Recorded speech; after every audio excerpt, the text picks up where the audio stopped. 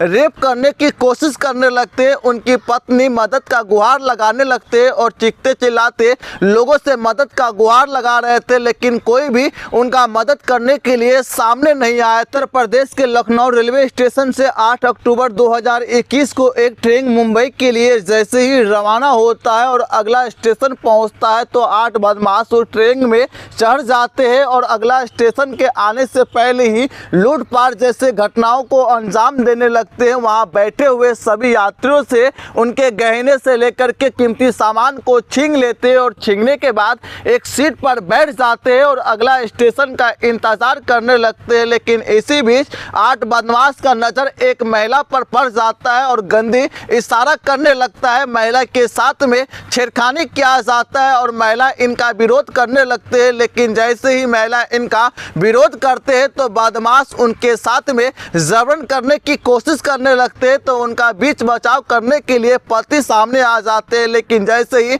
उनका पति सामने आते हैं तो बदमाश उनको पीट कर वहीं पर उनको गिरफ्त में ले लेते हैं और उनके पत्नी का रेप करने की कोशिश करने लगते हैं। उनकी पत्नी मदद का गुहार लगाने लगते हैं और चीखते चिल्लाते लोगों से मदद का गुहार लगा रहे थे, लेकिन कोई भी उनका मदद करने के लिए सामने नहीं आए थे। उस ट्रेन के उस कोच में 17 लोग सवार होकर लखनऊ से मुंबई के लिए सफ़र कर रहे थे। लेकिन सफ़र के दौरान एक महिला के साथ में ऐसा हो जाता है कि जो महिला कभी सोची भी नहीं होंगी कि जिस ट्रेन में सुरक्षा मिलता है उसी ट्रेन में इस तरीके का भी प्यार के बल पर महिला के साथ में बारी बारी से दुष्कर्म किया जाता है और महिला चीखते चिल्लाते लोगों से मदद का गुहार लगा रहे थे, लेकिन मदद के लिए कोई भी सामने नहीं आ पाया। तो 8 बदमाश उनके साथ में बारी बारी से गैंग रेप करते हैं और अगला स्टेशन आते ही सभी वहां से फरार हो जाते हैं। लेकिन जब अगला स्टेशन आता है तो महिला आरपीएफ के जवान से मदद की गुहार लगाते हैं। पति और पत्नी को